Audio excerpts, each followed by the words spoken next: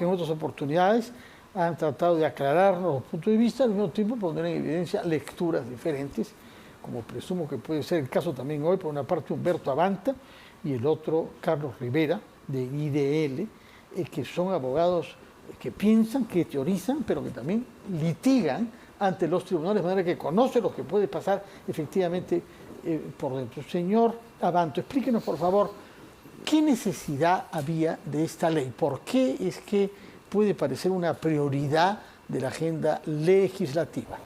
Porque en realidad yo sí comparto la preocupación de lo mal que se ha aplicado el concepto de crimen contra la humanidad en la jurisprudencia peruana.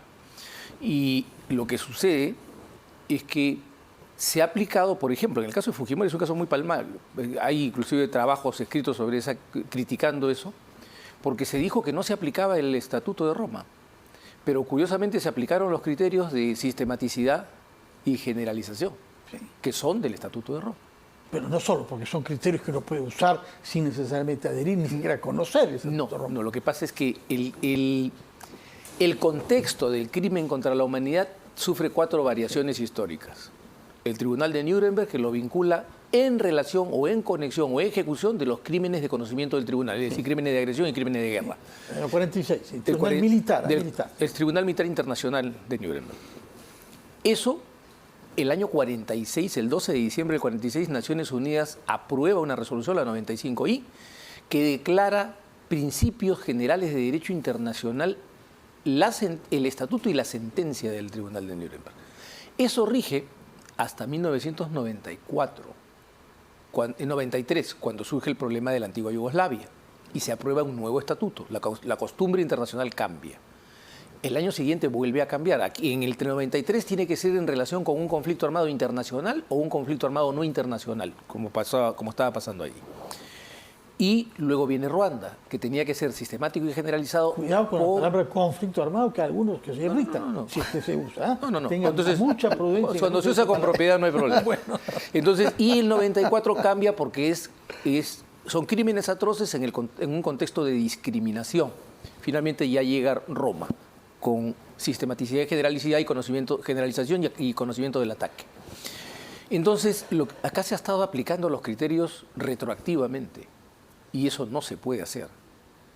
Y cuando uno mira las resoluciones que han arrojado las Cortes para condenar a militares y policías, terminaban haciendo un discurso sobre el jus cogens, que es absolutamente vago, sin identificar la norma de derecho internacional que tenía. De lo que dice usted, debemos concluir que esta ley va a beneficiar solo a militares y policías condenados por actos criminales cometidos en el contexto de la lucha contra Sendero Luminoso. Sí, porque el primer artículo y el segundo artículo no dicen gran cosa. El primer artículo repite que cuando entre en vigencia el Estatuto de Roma, eso es una norma redundante. La segunda, cuando entre en vigencia la Convención sobre Imprescriptibilidad. Sí. Que ahí, por si acaso, hay una reserva que nunca nadie ha llevado al Perú ante la Corte Internacional de Justicia, que es la única que puede dejar sin efectos las reservas de lo que pueden las naciones. ¿Usted afirma entonces que esta ley beneficiaría solamente a militares y policías? A militares y policías. No a terroristas. No hay forma. ¿Está usted seguro de eso? Estoy absolutamente seguro de eso. Señor Rivera, su opinión sobre este punto. ¿A quién beneficiaría esta ley? Buenas noches, Fernando. Humberto, un gusto. Buenas noches. Sí, la ley está pensada, y de aprobarse mañana va a ser así, en beneficiar a un selecto grupo de militares que han sido condenados en casos de violaciones a los derechos humanos, que han merecido una calificación de crímenes internacionales como crímenes de lesa humanidad. ¿Cuántos componen este selecto grupo? Estamos hablando de unos 30 casos, ¿no? 30. Que desde... ¿30 casos con cuántas personas concernidas? En realidad podrían ser unas 45 personas que terminen siendo beneficiados. ¿Solamente militares y policías? Militares fundamentalmente, ¿no? Militares fundamentalmente. ¿No terroristas? No conocemos una sentencia en la que haya un pronunciamiento de un tribunal a través de una sentencia condenatoria. Lo que conocemos es acusaciones del Ministerio Público, en el caso Soras, en la acusación que formula la fiscal Yosi Aburto, y entiendo una acusación en el caso Las Gardenias, del año 88. Contra la comunidad homosexual. Exacto, en Tarapoto, ¿no? No conozco que haya una sentencia del Poder Judicial. Creo que se podrían reclamar, porque en realidad el proyecto que ha sido votado en primera votación, valga la redundancia, no hace una especificación de que solamente sean paramilitares. Capaz habría que ir a la fundamentación del proyecto, a los considerandos, ¿no es cierto? Pareciera que ahí Cueto y Rospigliosi están reclamando actos injustificados y supuestas violaciones al debido proceso de militares. Pero en el texto de la norma no hay ninguna precisión de que esto solamente tenga que aplicarse para militares condenados. Ahora, por lo tanto, ¿podría alguien de Sendero, condenado por terrorismo como crimen internacional, _ lesa humanidad, podría reclamar que se le aplique la norma? Sin ningún acuerdo. ¿Podría? Lo que pasa es que no hay, repito, hasta el momento, una condena de ese tipo. No hay un terrorista que haya sido condenado por crímenes contra la humanidad, en este momento. Entonces, a las únicas personas que se les ha condenado por crímenes contra la humanidad han sido a los militares y a los policías. Entonces, es obvio que ese es el ámbito de aplicación por hoy. ¿Hay condenados con esos cargos penales después del año 2003? Sí, claro. Hay todavía. No, recientemente, por ejemplo, condenaron al comandante Celis Pero Checa, por actos cometidos mucho antes en el año del 84. Ese señor también se vería beneficiado por esta ley. Es que no, digamos, no es tanto un beneficio, es que en estos casos los juzgados y las cortes no han identificado la norma de derecho internacional vigente al tiempo pero de los si está hechos. preso y sale libre, convengamos que se le ve de beneficio. Pero es que, a ver, dígame, don Fernando, lo menos que puede pedir una persona es que le digan con qué norma lo están juzgando. Yo no estoy cuestionando los fundamentos, lo que estoy diciendo es a quién beneficia la norma. Sí, claro, sin ninguna Hemos duda. Descartado, entonces, en principio... Además, no va a ser tan rápido porque es un planteamiento de nulidad que va a tener que debatirse, ¿no? No es que ¿Ante sea quién? ante el propio tribunal. Ante la propia Corte Suprema. ¿Por qué debatirse? Porque van a haber abogados. Porque va a tener que presentar un recurso diciendo, oiga, a mí no me identificaron la norma de derecho internacional. Aquí había que aplicar la lógica del artículo 38 del Estatuto de la Corte Internacional de Justicia, según la cual, cuando yo voy a usar la costumbre, tengo que identificar la costumbre, la práctica que cuenta como derecho y la opinio iuris. De acuerdo, me parece que el doctor Abanto está dándole pistas para una estrategia de defensa, ¿no? Sí. Tiene razón Humberto en el sentido de que la norma no es una norma que se publique el sábado y, digamos, Daniel Urresti, condenado por el caso Bustillos, o cualquier otro de los militares condenados y que están presos o que están prófugos, se vayan y digan, señor director del penal, me voy a mi casa. Va a iniciarse un proceso de litigio, yo diría, muy intenso, a nivel de la Corte Penal Nacional. ¿Y ante qué instancia? Me imagino que desde abogados como Humberto y otros que defienden a militares, que van a pedir, obviamente, que se aplique la norma, ¿no es cierto? Y creo que ahí la cosa no va a ser tan fácil, porque, para comenzar, en esta lista de 30 casos, en realidad son casos que tienen sentencias confirmadas por la Corte Suprema de Justicia. Y por lo tanto, primero habrá que ver a quién le corresponde anular una sentencia de la Corte Suprema, ¿no es cierto? A mí me parece que ese es un dato muy importante en términos de litigio, porque lo que hemos visto en los últimos 20 años es que la Corte Suprema ha terminado de consolidar lo que ha hecho primero la Sala Penal Nacional y luego la Corte Penal Nacional, en el sentido de identificar una treintena de casos como crímenes de lesa humanidad. Eso la Corte Suprema lo... ¿Y cómo contestarían a la pregunta que ha quedado planteada? ¿A quién corresponde decidir si la Corte Suprema tiene que plegarse y aceptar que las condenas que haya pronunciado queden anuladas? Al órgano de cierre, a la propia Corte Suprema, porque ahí todos los casos han terminado ahí. Entonces es ante la Corte Suprema que habrá que presentar un recurso para decirle caso la ley... Caso, cada uno. Así es, caso por caso. En la ley he revisado la sentencia y aquí no se aplican los criterios del artículo 38 del Estatuto de la Corte Internacional de Justicia. Ustedes no han identificado la práctica que cuenta como derecho ni la opinio iuris en las que se basan para poder condenarme como criminal de lesa humanidad. Entonces, eso es central. Todos los casos por esos crímenes han terminado en la Corte Suprema. No se puede presentar un recurso ante otra instancia judicial. Todos los casos. Todos los casos. Salvo un paquete de casos que son 6 u 8. Uno de ellos acaba de ser sentenciado la semana pasada, que es el caso de las violaciones sexuales en Manta y en Vilca, que también han sido calificados como crimen de lesa humanidad. En esos pocos casos seguramente procederán excepciones de prescripción, porque hay procesos judiciales abiertos y hay un mecanismo procesal si es que alguien quiere reclamar y decir, oye, este caso está prescrito. Pero en la inmensa mayoría, que creo que es la razón de ser del proyecto de ley de Cueto y de Rospigliosi, el litigio se va a abrir a nivel de la Corte Suprema. No sé si los jueces supremos estén animados a decir... violaciones sexuales de Manta, que es un crimen, uso mi palabra, disculpen, no es técnico, abominable. Sí. Porque se ha usado la fuerza y se ha usado el uniforme manchándolo para violar mujeres Sí. en el contexto de la guerra contra el Sendero Luminoso. Una cosa totalmente repugnante. Si es que se anularan los procedimientos, se puede presentar una nueva querella con otros cargos, violación sexual. Mira, sí, formalmente sí, ¿no? Formalmente sí. Yo lo que sospecho que en ese caso en particular, cuya sentencia acaba de salir hace solo un par de semanas atrás, digamos, cualquier mecanismo o articulación de reclamar de que el caso está prescrito será presentado a nivel de la Corte Suprema, antes de que la Suprema tome una decisión de si es que confirma o no esa sentencia condenatoria. ¿Cuánto puede tomar que la Corte Suprema se pronuncie sobre este tema? En ese caso, por ejemplo, que fue sentenciado el 19 de junio, yo me imagino que la Suprema se tomará el tiempo de hacer una audiencia de ese caso en un año. Ese es el tiempo que suele demorarse. Totalmente de acuerdo. Los recursos en la Corte Suprema toman un año como mínimo. Sí. ¿Saben ustedes qué edad promedio o qué edad aproximadamente tienen las personas, esas 30 personas que se verían beneficiadas por esta ley? Porque Mira, hay algunas personas de mucha edad, ¿no? Sí, sin duda El alguna. general Digamos, mira, yo Nicolás te Hermosa, pondría un nombre. Porque además no debería estar en una prisión. Ese hombre está totalmente devorado por el Alzheimer. O sea, Sí, o sea, sin duda alguna el tiempo pasa para todos, ¿no? Pero ¿por qué es que no se ha hecho un Ese caso de esta ese es un buen dato. O sea, particular? no es un asunto de que, oye, solamente se trata de unos ancianos que están injustamente siendo procesados. En realidad, en casi todos los casos... Condenado, creo, condenado, Nicolás Hermosa, ¿cierto? ¿no? Sí. En casi todos los casos hubieron mecanismos de impunidad. Acomarca es un caso emblemático, ¿no es cierto? El año 85, el Poder Judicial de Ayacucho, con una denuncia nada menos que de Elvia Barrios, ¿no es cierto?, abre un proceso en octubre del año 85 y al mes el Fuero Militar abre un proceso contra la misma persona por los mismos hechos. Le quita la causa judicial al Poder Judicial y al final de cuentas, 5 o 6 años después, condena a Telmo Hurtado por un crimen horrendo como único responsable. Que no estaba por- prófugo además, ¿no?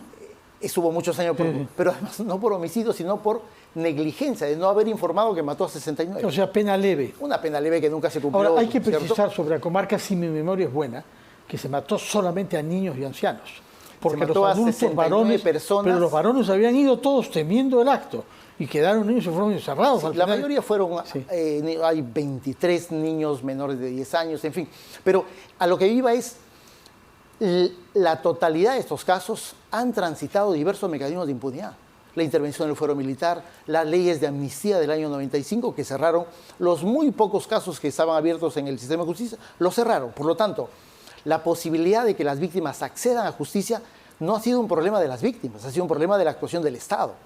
Y esto se retoma tras la recomendación de la CBR, creen un subsistema penal de derechos humanos, el año 2004 se crea, y a partir de ahí en adelante se han emitido 108 sentencias con esta demanda. De esas 108 sentencias, en 30 casos el Poder Judicial dice: yo identifico acá un crimen de lesa humanidad. Y declara eso en sus sentencias. Y la Corte Suprema básicamente ha confirmado esas sentencias o básicamente ha desarrollado los elementos de derecho internacional que fueron establecidos a nivel de la sentencia de primera instancia. Por eso digo, creo que el litigio de algo que comience a partir de la promulgación de esta norma va a ser un litigio intenso en la Corte Suprema de Justicia. No sé si los jueces de la Suprema digan: oye, sí, nos hemos estado equivocando durante 2 décadas, Sí, pues. y voy a cambiar de giro. Y ¿Pero voy qué a pueden hacer? Porque una vez más vamos a estar en un conflicto entre una Mira, decisión tomada por un poder del Estado y una reacción eventual Sí. de otro poder del Estado. Yo creo que lo que va a operar es lo que ayer la Corte señala, que es que el Estado tiene que generar mecanismos de control de convencionalidad, ¿no es cierto?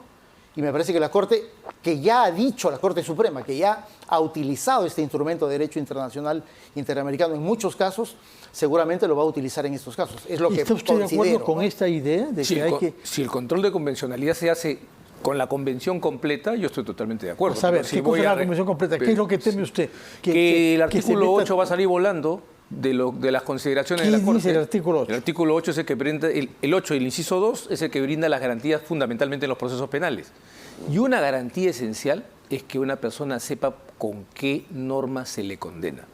Y yo desafío a cualquier persona que me muestre que efectivamente se ha identificado la norma de derecho internacional y se ha aplicado conforme a la interpretación de ese momento. Creo que es un desafío a usted, señor Rivera. Sí, no, me eso le parece. iba a decir Humberto, tomo ese desafío, ¿no? Sí, yo En este tema yo creo que ha habido una absoluta certeza de todos los investigados, todos los acusados y de todos los condenados de con qué norma los están condenando, ¿no? Y las normas son las de la Ley Penal Nacional. Por eso... No, ¿con qué instrumento califico lesa humanidad? Porque la lesa humanidad no es un tema del derecho nacional. A eso voy justamente, ¿no? Digo esto porque el proyecto parte de una premisa falsa, es decir, como que considera que todos los casos han sido abiertos sobre la base de la regla del Estatuto de Roma, lo cual no es cierto, porque efectivamente el Estatuto de Roma en el derecho interno identifica o ingresa a partir del año 2002.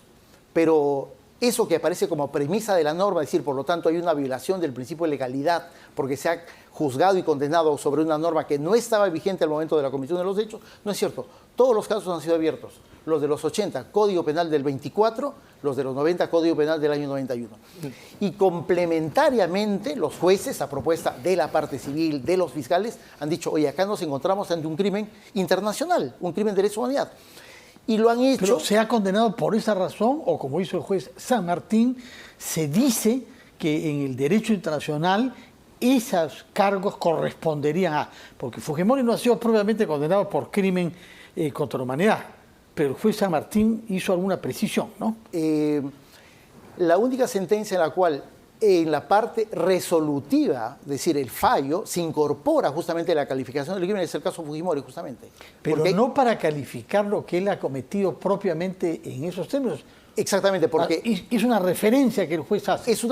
Técnicamente es una calificación complementaria, no es una tipificación. Ya. Porque el crimen de lesa humanidad no es un delito, ¿Está usted de acuerdo que no es una tipificación? Un género de delitos. Vamos por partes. Yo discrepo mucho de la posición del juez San Martín en el sentido de que es una simple calificación criminológica. Eso es mentira. Porque una simple calificación criminológica no tiene efectos jurídicos.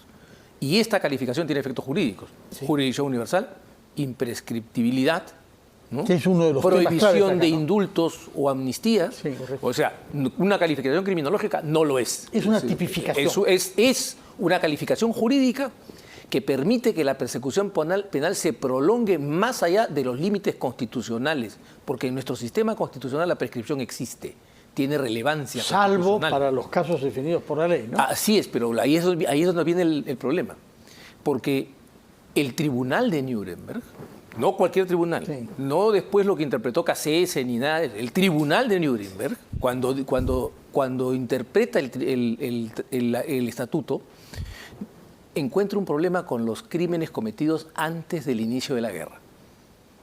¿Y cómo lo resuelve, Fernando? Lo resuelve diciendo, aunque son crímenes atroces que conmueven la conciencia de la humanidad, este tribunal no puede declararlos crímenes contra la humanidad porque no están ni en conexión ni en ejecución de crímenes de conocimiento de este tribunal. O sea, eso en el Perú no se ha respetado. En el marco de la guerra. En el marco de una guerra de agresión o de crímenes de guerra. O sea, a partir del año 40, eso es, que se declara la guerra mundial. Y eso 39 en realidad. 39. Y eso dura hasta... Ojo, se ratifica en el 46, como les estoy diciendo, 12 de diciembre del 46. E inclusive la propia Convención sobre Imprescriptibilidad remite a Nuremberg. No remite a otro estatuto. Entonces, ¿por qué no precisan la aplicación de la norma de derecho internacional que están tratando de aplicar? Señor Rivera. Sí, efectivamente, en Nuremberg hay esas limitaciones, pero también en el Estatuto de Nuremberg hay una frase que creo que termina de englobar la naturaleza de los crímenes, que es actos inhumanos. Creo que es a partir de ese momento que comienza una construcción de un concepto que efectivamente en el Estatuto de Roma aparece mucho más claro. Porque, y en el 46 antes se incorpora, claro, el 46 también, ¿no es cierto? Y los otros tribunales, podríamos mencionar el Consejo de Control Aliado, que son los tribunales que juzgaron a los nazis que no tenían la condición de jerarcas, ¿no es cierto? Se va construyendo un concepto que hacia el 98, que se aprueba el Estatuto de Roma, en Roma justamente, hay una definición mucho más clara, ¿no es cierto? Pero en esa cantidad de años, que son como 50 años, hay una construcción que permite a las diversas jurisdicciones identificar que esos actos inhumanos que en Nuremberg habían sido identificados tienen algunas características, ¿no es cierto? Que es lo que lleva luego a Roma a decir, oye, vamos a identificar ciertos conceptos de sistematicidad, generalidad, ¿no es cierto?, población civil, pero esos conceptos a lo largo de esos 50 años no es que en Roma fueron inventados, sino que a lo largo de esos 50 años fueron construidos poco a poco, sobre todo en algunas jurisprudencias de países que habían juzgado a nazis o que habían perseguido a nazis. Y por lo tanto, eso me parece que es el elemento que en la sentencia del caso Fujimori y en otras sentencias de la Sala Penal y luego de la Corte Penal Nacional se viene incorporando a decir, oye, por lo tanto hay una proscripción en el derecho internacional de señalar de que hay ciertos crímenes que no se pueden cometer. Y cuando se cometen, las jurisdicciones internas están obligadas a juzgar y a sancionar, aun cuando no haya firmado un tratado. ¿Qué nos dice el señor Abanto? Es que si yo digo que estoy aplicando una calificación de derecho internacional, lo que tengo que hacer es ubicar la norma de derecho internacional. No pido una convencional. Yo acepto, yo soy monista en términos de derecho, o sea, yo acepto que el derecho internacional monista se aplica defina, en el sentido de que hay un solo monje, ¿no? Solo. Entonces, en el derecho internacional yo soy monista, o sea, yo creo que no hay necesidad de incorporarlo. ¿Okay? Ya nosotros lo hemos aceptado cuando lo aceptamos como principio. Perú vota por esa resolución 95.1. Pero, ¿cuál es la norma? No, es que yo la he ido construyendo en el... No, señor, porque hay un principio básico que es el principio de legalidad que no tiene los mismos caracteres que en el derecho nacional de ley previa, escrita, cierta, ¿no? No, es accesibilidad y previsibilidad. Tribunal Europeo de Derechos Humanos, larga jurisprudencia. Entonces, ¿cuál era la norma accesible para el soldado en 1984? Nuremberg. ¿Cuál era la interpretación? La del Tribunal de Nuremberg. ¿Y cuál era qué llevaba esto a previsibilidad? ¿Cuál era la previsibilidad? ¿Qué puedo prever? Que no caigo no corresponde. Entonces yo tengo ese derecho. Toda persona tiene ese derecho. Ese derecho no se ha respetado. De acuerdo. ¿Qué va a pasar ahora si es que esta ley se vota mañana en la Comisión Permanente? En primer lugar, ¿es normal que la vote la Comisión Permanente y no el Pleno? Sí, porque tienen facultad legislativa. Si se votase mañana, ¿qué corresponde que la Corte Interamericana haga? Porque ya se ha pronunciado sobre este tema. La Corte anoche se pronuncia y dice que invoca al Estado y a todos los organismos del Estado, en el sentido de que el control de convencionalidad no solamente le corresponde a los jueces, sino a todos los entes de la administración pública, sean poderes u órganos constitucionales. En este caso es al Congreso de la República. Lamentablemente la respuesta del Congreso ha sido agendar el proyecto. Señor Abanto, usted que es monista en materia de derecho penal. ¿Cómo derecho internacional. Derecho, sí. Muy sencillo. La Corte me tendría que decir qué artículo del Estatuto la faculta de dictar ese tipo de supervisión, ese tipo de resoluciones. Otro principio del derecho internacional es el pacta sunt servanda. Los estados son soberanos, por lo tanto solo se obliga por aquello que expresamente aceptaron. ¿Dónde dice que pueden dictar una resolución como esa? En ninguna parte. ¿Usted fue? No, la Corte ha desarrollado ese tipo de competencias, de atribuciones de manera sostenida hace casi 2 décadas atrás, ¿no es cierto? En el sentido de que la Corte, justamente en mérito al control de convencionalidad, puede no solamente invocar, sino requerir, como ha hecho y la eso Corte significa que el Perú caería como Estado en desacato. De hecho, le recuerdo. Como Nicaragua y No, ellos se han retirado del sistema, ¿no? Venezuela se ha retirado del sistema. Digamos, lamentablemente nos ponemos muy cerca de esos países, ¿no? Pero, ojo, Perú ya está en una situación de desacato, ¿no es cierto? Y la Corte ayer le recuerda al Estado por el tema del indulto a Fujimori. Bueno, pero que vaya, el poder de supervisión le corresponde a la Asamblea General de la OEA. Un tribunal no puede crearse facultades, sobre todo cuando es un tribunal internacional, no tiene más facultades que las que la Convención le ha dado. Entonces, eso de que yo he desarrollado una práctica, eso se responde con una regla jurídica muy sencilla. El error no genera derecho. De acuerdo. Lamentablemente el tiempo nos ha vencido. Yo quiero que me contesten brevemente si están de acuerdo con otro tema que tiene que ver con el derecho penal, que es la voluntad de imponer penas a menores de edad, adolescentes de 17 y 16 años, que un congresista de la Comisión de Justicia propone bajo el principio filosófico genial de si comete crímenes de adulto, debe ser juzgado como un adulto. Su opinión sobre yo adhiero al pensamiento de Aya de la Torre. Aya de la Torre era un claro, abierto y directo enemigo de la responsabilización de los menores de edad penalmente. En esa época, 21 años y menos. Hoy son...